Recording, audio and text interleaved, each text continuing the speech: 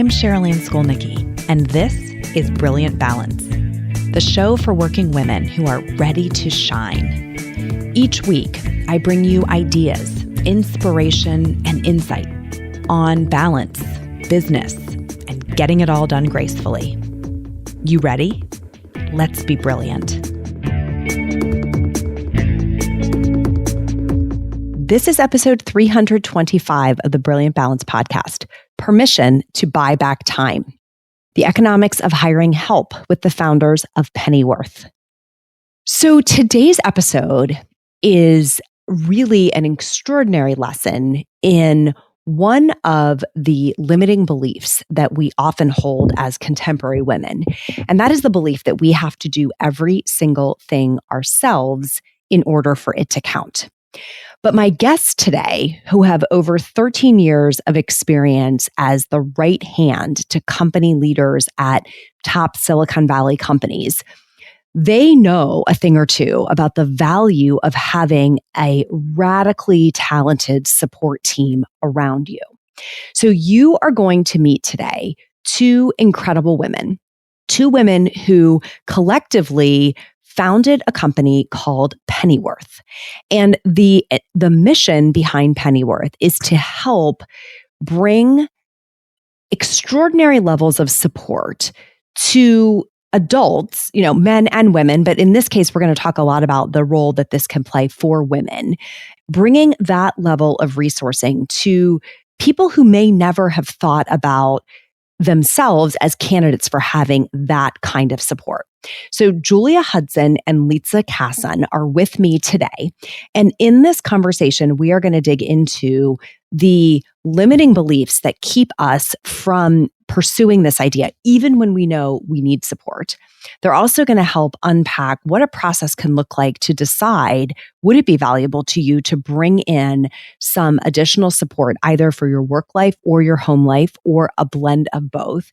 And they're going to tell you exactly what the process looks like to do it if you want to use a company like theirs to help you through that process.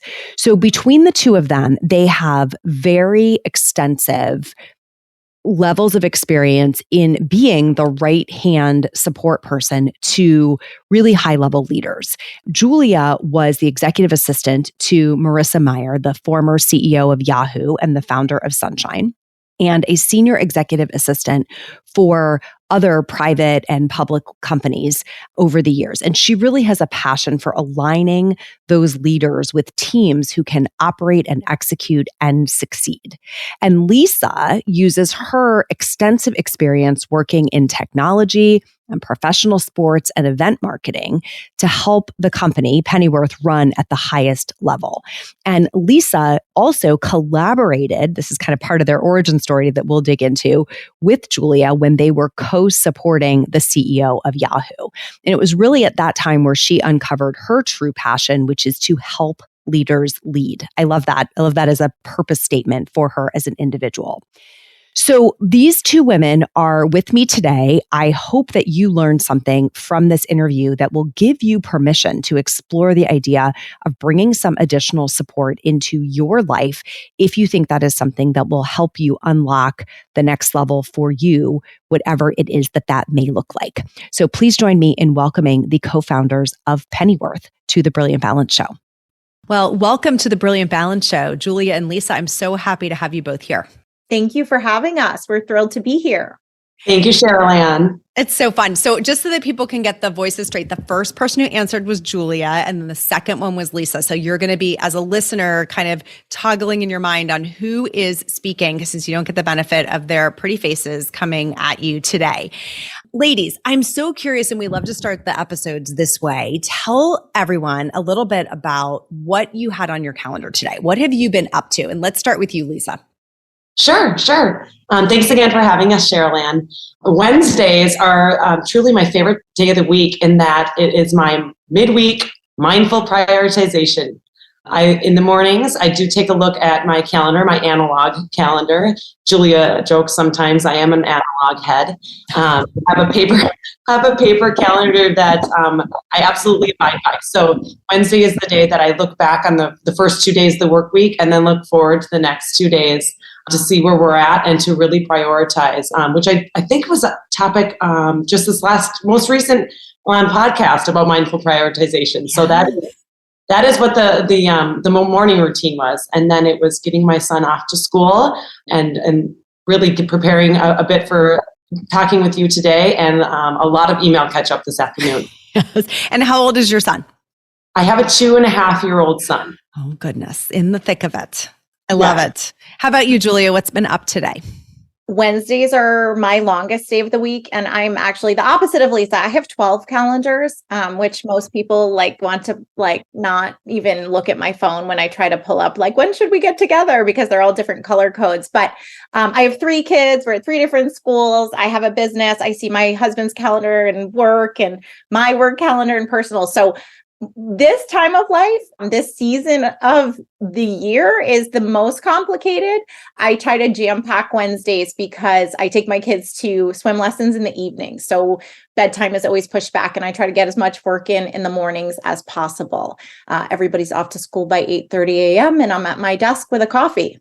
I love it. I love it. It's always fun to get that little bit of a peek behind the curtain. I know that question started because I'm always so curious when I'm listening to people who have lives that are different than mine. What does their day really look like? Where is their time going? What are they spending their time doing? So thanks for sharing with us what's up with you. Yes.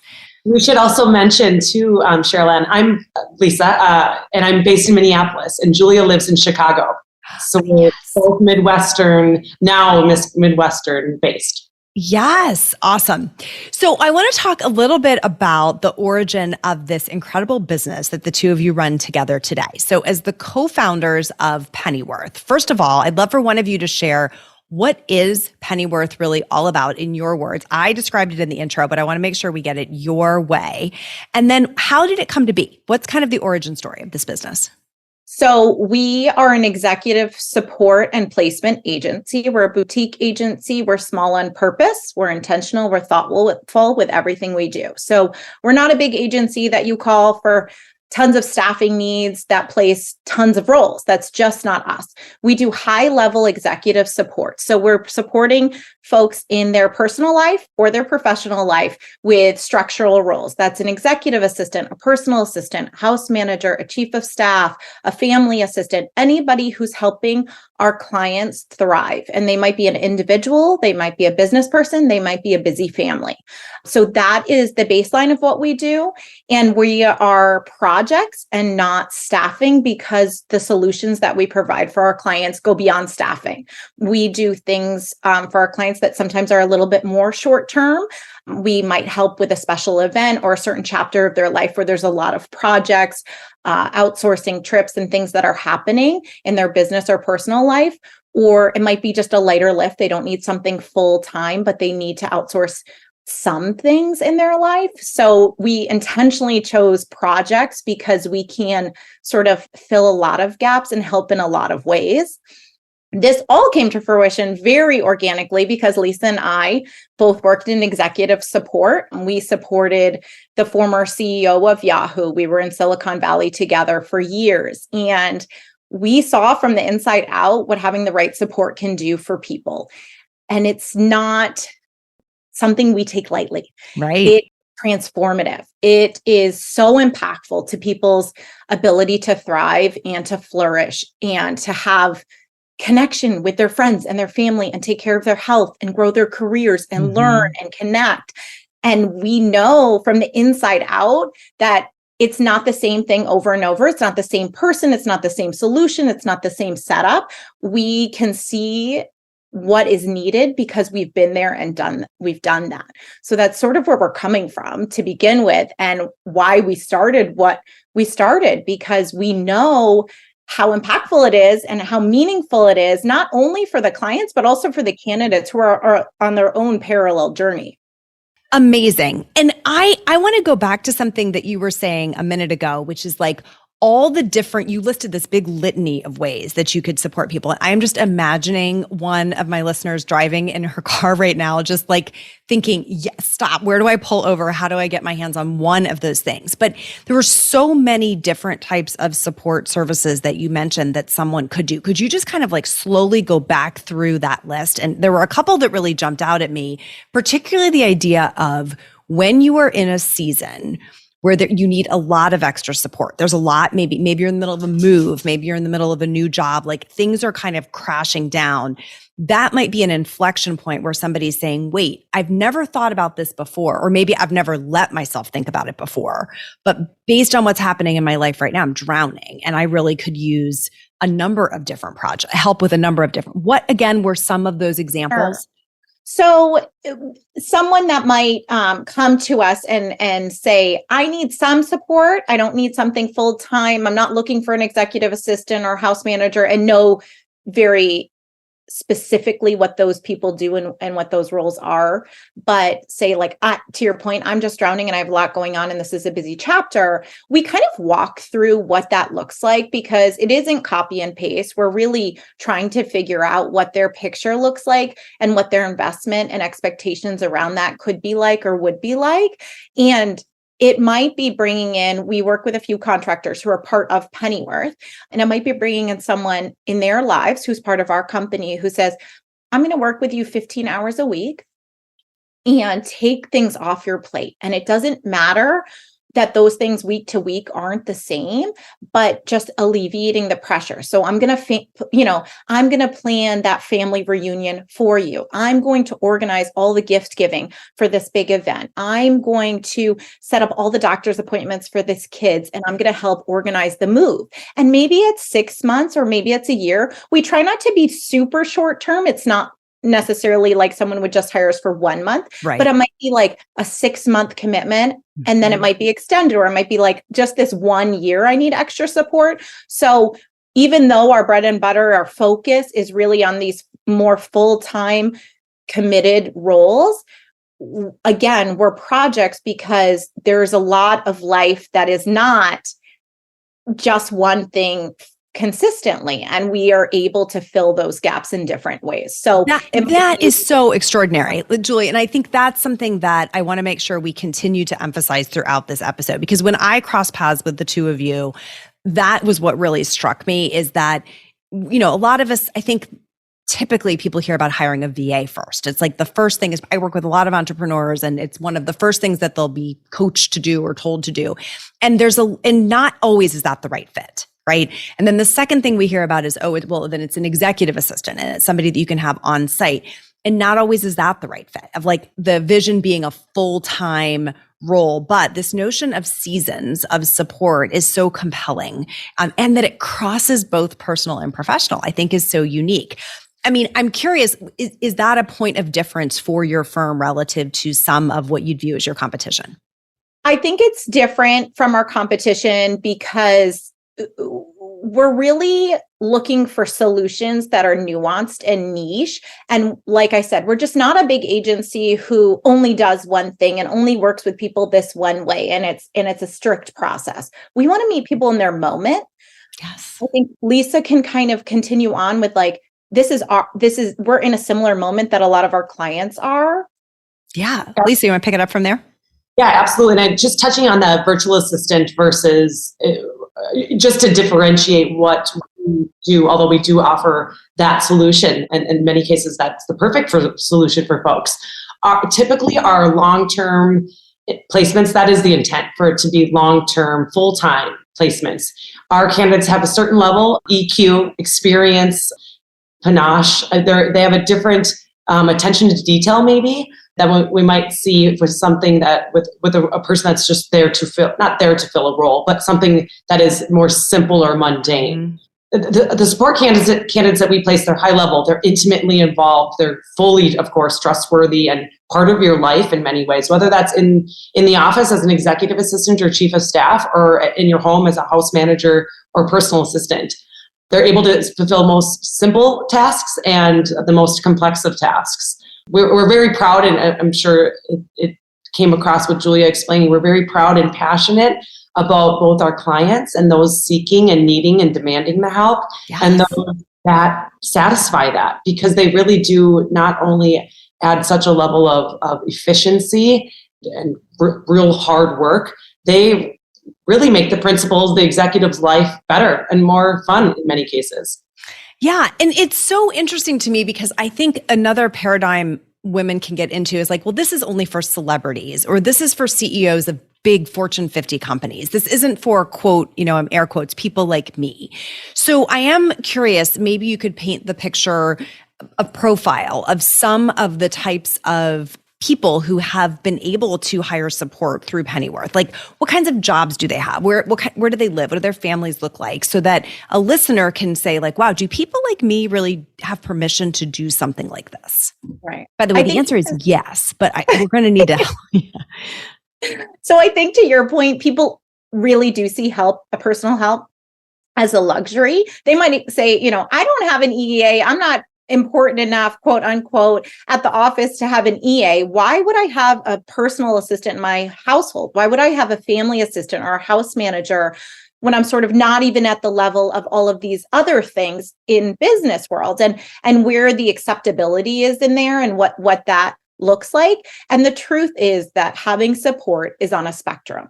And you might not have an estate manager that flies around the world and manages multiple properties, but that is the 1%. 1%. And there is a whole slew of other people, everybody else who's just putting the pieces of the puzzle together in their life and really need the help. And if you think about it, we were all raised in an era where you were encouraged to go to school and have a career and have aspirations and have big jobs and big dreams, but also to raise your kids and be fit and volunteer at school and cook dinner and raise this whole family and run a busy household. And the truth is that women cannot have it all. Not all at once, not all together at the same time, all by themselves. It's just not possible.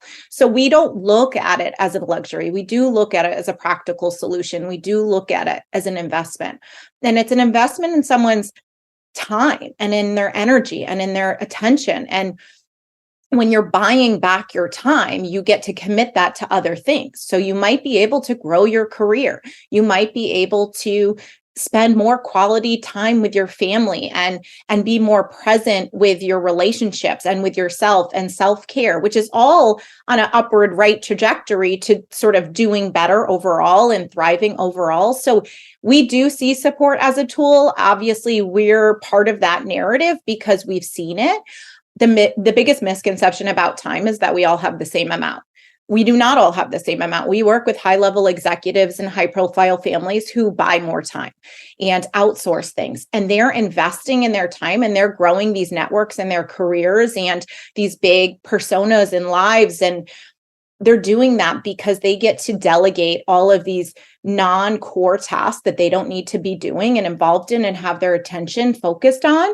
And we think of that as some sort of luxury, but it really is an investment. And obviously, not everybody's going to be able to really digest what that investment is and acquire it fully in their life, and that's okay.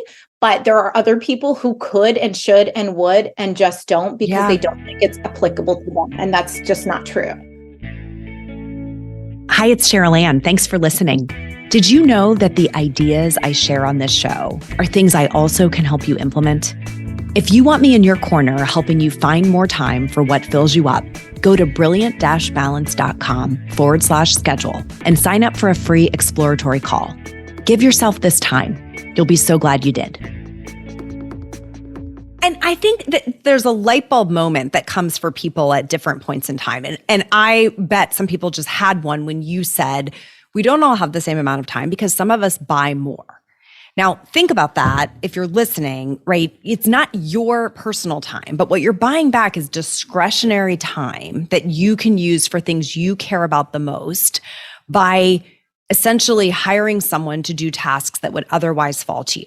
So if you're feeling constrained, and I know that so many women who listen to the show are feeling constrained in their day-to-day life, the number one thing that women would say to me if we're in a one-on-one conversation or exploratory call is, there's too much to do and not enough time to do it. Sometimes that's because we're really ambitious and we have really big dreams and plans that we're going after. Sometimes it's because a lot is falling on our shoulders, right? Either we're a single parent or we don't have a particularly engaged partner. or we have really complex family lives, like we're involved in elder care or we're involved in support within our neighborhoods and communities. Like there's a lot resting on our shoulders, and that can feel like there is just not enough of me to go around. This is an avenue, right, for essentially being a force multiplier on your time. That your time is more highly leveraged because you're taking tasks that you are not uniquely qualified to do. Someone else could, in fact, do them. And that's the first light bulb moment. That's the first aha that people have to have. Once they've had that insight, then they're confronted with the next obstacle, which is, how am I supposed to find someone? Like, I mean, there are women I actively am coaching right now, like these days, who are saying regularly in calls, I know I need to hire support. I don't know how to do it. I'm so worried I'm going to hire the wrong person. They're not going to work out. They're not going to have the right skill set. Tell me a little bit about how Pennyworth bridges that gap. Sure. I'll take that one, Julia, at the start of this. Absolutely. A simple 15 minutes, even 15, 20-minute introductory exploratory call with us. We promise you will gain clarity and direction and understanding of what you might need. And we are happy to talk to any and all people. It's actually our joy. Not only is it our job, it's our honor and it's our privilege to be able to serve the same community that we care so deeply about. So anyone, the fast answer is Pennyworth. Talk to Julia, talk to Lisa, the two of us. We welcome that call, and we will absolutely help you identify what that solution might be. You don't need necessarily, of course, to partner with us, but we can help. We can be a get to clarity. And just so that we can take any fear out of that step, if someone were to call you, what is that conversation like? What kinds of information do they need to kind of have ready? We just have a really casual call normally with our clients the first round. We like to know if they've had support before, maybe at the office or maybe at home. Maybe there's some variation where, hey, when my kids were really little, we had a nanny and sometimes she helped prepare dinner. We just understand what their grasp of having support is. It might be zero. I do everything myself all the time forever. Sometimes my mom stops by and helps me out and drops off a pie, maybe whatever it is. So we like to gain where they're starting and what their moment is. We also like to understand what their life is all about. What kind of job do you have? What kind of demands? What kind of trajectory are they on? And also their partner, if they have one, and what theirs is, because this is obviously impactful, not just to one person, but a partnership in a household, and understanding the whole picture. We want to meet people where they are and also offer them a little bit of clarity, because sometimes we see things that they don't. Mm-hmm.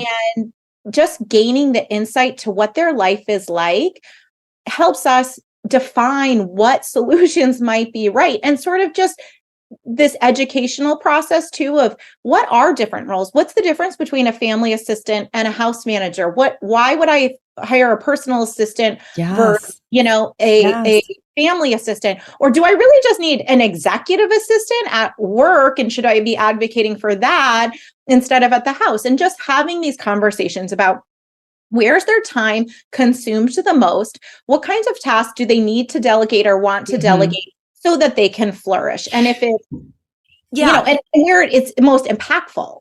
So you can help them decide what type, I think sometimes there's just a vocabulary gap, right? If you're not accustomed to hiring some of these roles, it's what is this? I can tell you what I need them to do. What is that called, right? In the vernacular of the industry. And that's where you can close that gap and say, what you're describing that you need in terms of these tasks or the amount of time, this is what we would call that. This is kind of the going rate. This is what you might have to invest to bring that kind of support in. And then you do the search.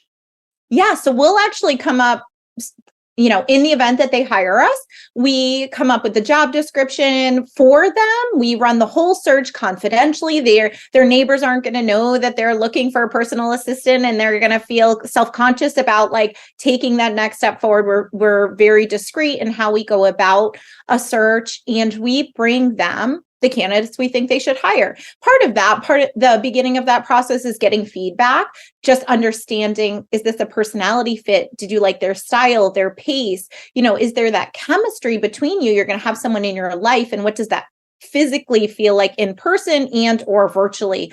Style and chemistry obviously play a really big part in all of that.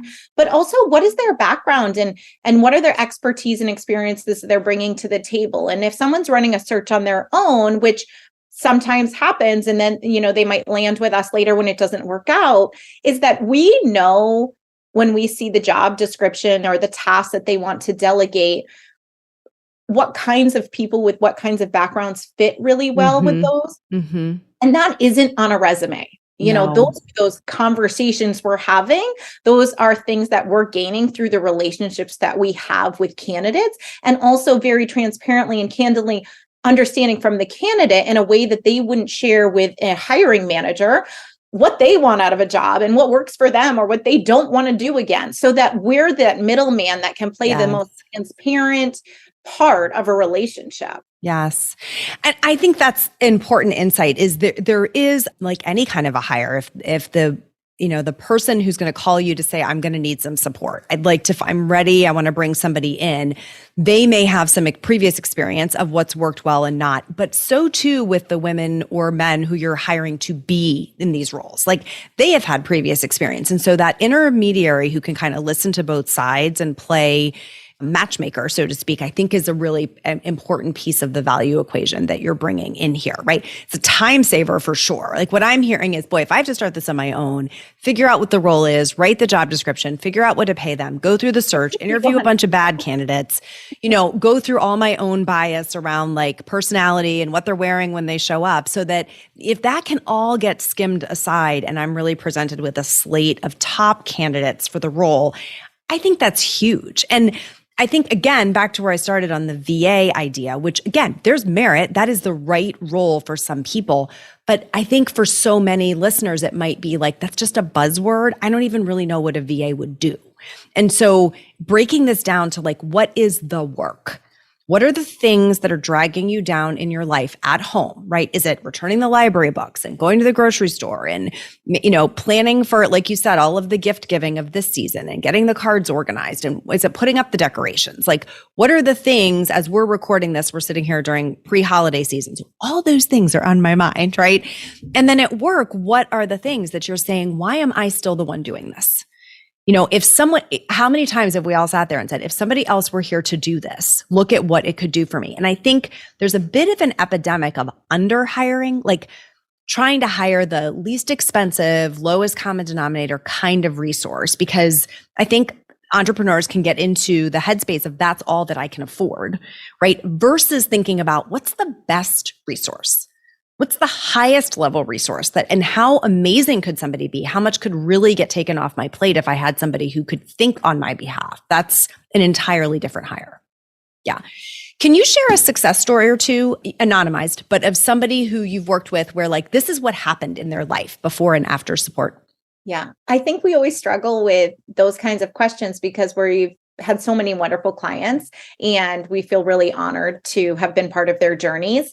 This year, I would say that we had sort of a favorite client who is an executive in Colorado. She had entered the C-suite and up until then had really been doing everything herself. She had 2 young kids, a partner. They were, sharing responsibility in the house, and her parents were local, so they would stop by and help a little bit. But she was getting to the point where she was now in this big job. She had 2 kids who she wanted to spend time with when she came home from work, and her husband were traveling in different times at different time zones, and got to the point where she said, I really need to hire someone. I'm going to hire a personal assistant. And we had a discovery call with her. And there was some reluctancy. She had just come to the decision where she had grappled with even hiring an employee of her own, and now was going to fiscally and logistically commit to us, which felt like another layer. And she was like, I really appreciated this call, but I'm going to try to hire on my own. I'm going to look on Nextdoor. I'm going to get referrals from my friends. I'm going to try care.com. So we actually gave her a bunch of guidance and advice and even like some work package to like try to go hire on her own. Regardless if she was using us or not, we wanted her to have a good experience and to have a fruitful outcome. 3 months later, she called and said, I hired someone. It was a disaster, but I still need help and I'm ready to like commit to this process. So she had tried to hire a personal assistant. And once we worked through all the needs and what life looked like, we actually said, it actually is more like a family assistant or a house manager. And even that differentiating point, that title, was a whole different window where she hadn't realized what the difference would be. But for us, it's the dynamics of the position, it's the compensation, it's the experience, it's the candidate pool, it's what they want their title to be. It changes things drastically, even that small differentiation of like, what is this title and what does it mean? Mm-hmm. So we worked with her, we put our job description together, we ran a search, and we brought her someone who's absolutely wonderful and has been with her for a while now. And we know it's going well, not only because she had such great things to say about and for us, but she's part of Chief and has recommended us and praised us in her group there. And we've been really happy to have some of those referrals come our way. So just seeing that network effect and seeing like how even at that point, she's grappling with, okay, finally I digested, I need someone. I tried to do it on my own. It didn't work out. And like, here I am. And now feeling like she's in a successful place and like the moment she's meant to be. And we all went into it knowing this isn't forever. This is probably like a 5-year chapter for her. And sometimes that's the way to look at it. Like, this is an investment for the next 20 years. You're not going to be spending all of this money and time and energy on this employee or to this process of having someone in your life forever. It's just a chapter. And getting the right kind of support, because otherwise you can be fractionalizing that investment across a lot of much less qualified resources to do little slivers of the work, rather than saying, I could roll all this up and have one person who really knows me. They know how I work, how I like things, how to communicate with me. There's so much kind of synergy, it feels like, in that relationship. And it also feels like we're in kind of the Wild West, or like an early frontier of this. I mean, I know a lot of these women. I have colleagues who are these women, and I still think there's like a fairly high level of psychological resistance to making that leap. And so I think my invitation to the listener would just be, if you are listening and saying, man, everything they are saying about this is, I have this need, but there's something I'm telling myself that disqualifies me. Like, I am applying a disqualifier because I'm like looking for my out clause. Just maybe tap the brakes on that before you've explored the idea fully, right? No, we don't know yet if it's a good idea or not a good idea, but I know that there are people listening who are like tingling a little bit, going, oh, I think this could be great, but they're going to get scared before they have the conversation. And so my understanding was that first conversation with you is kind of a no risk conversation.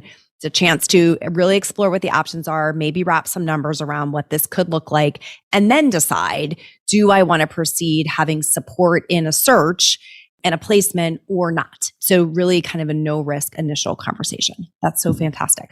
All right. How would somebody do that if they were interested in looking into the idea of bringing support in on like a big level in their life? How do they get started in conversation with you? We can be found very easily at pennyworthprojects.com. You can also reach out to us at hello@pennyworthprojects.com. And those emails go right to Lisa and I. So you already know our voices and faces. Hopefully we'll be familiar and comfortable in that way. Listeners who reach out to us from this podcast or from Brilliant Balance in general will receive a discount on their contracts with us if they do decide to move forward. But our conversations are really a no risk, casual, brief, introductory conversation that anybody can have at any time.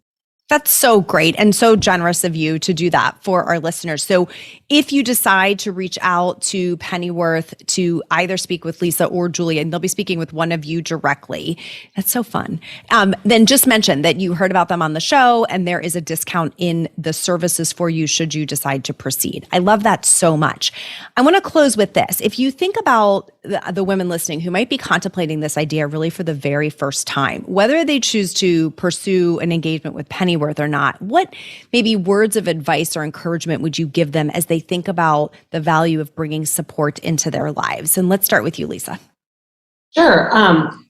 I would really think, I was told actually years ago, show up. I know it sounds so simple and so basic, but it just has stuck with me. And show up. It's the foundation of respect. And sometimes we can show up to the events for people in our lives, but sometimes we don't show up for ourselves. Mm-hmm. And I truly think, even if it is just this 10, 15 minutes with me and Julia, we will show up for you. And I just implore people, show up for yourselves, especially this season of life when it's so, so hard. It's, again, the foundation of respect. And I know that things right now, stress is relentless. And I think if we can just take a deep breath and do that, that would be my advice. So great. How about you, Julia? I think mine probably just complements Lisa, is that we do believe in prioritizing yourself. And when we talk to our clients, a lot of the conversation is about them setting boundaries and giving themselves permission to delegate and to put themselves first and put things down or away, or to navigate their time and energy and effort differently than what they think is expected of them, and being able to focus on what matters, and that their journey is not going to look like everybody else's, and they don't have to fit other people's expectations, and that they are capable and they really deserve to thrive also. So great. Well, I want to thank you both for being here and sharing kind of this message that I think I would love to see this broadly adopted within this generation of women. I think you said it really, really well earlier, Julia, like this notion of having it all was sold to us as a generation of women. And we didn't understand that it came with the pressure of doing it all. And this is a very compelling way to get to kind of have your cake and eat it too, right? There really is a way to expand your time, and it's called buying more of it, right? And by engaging support at work or at home. So thank you for sharing that idea and for doing this work in the world. And I wish you much, much success. Thank you so much for having us. It was a pleasure. Thank you, Cherylanne. All right. Thank you so much for listening today. I hope that you learned something valuable from this interview. I know I certainly did. I'm kind of drooling as I listen to them talk about all of the different ways that they can bring support to individuals, both at work and at home. And it feels like such a hand in glove match for the message that I am consistently sharing within Brilliant Balance. I thought it was so generous of them to put together a discount on their services, particularly for my listeners. And I hope that you'll take advantage of that exploratory call to really learn a little bit about what these two women and their organization can do for you. That is all for today, my friends. Till next time, let's be brilliant.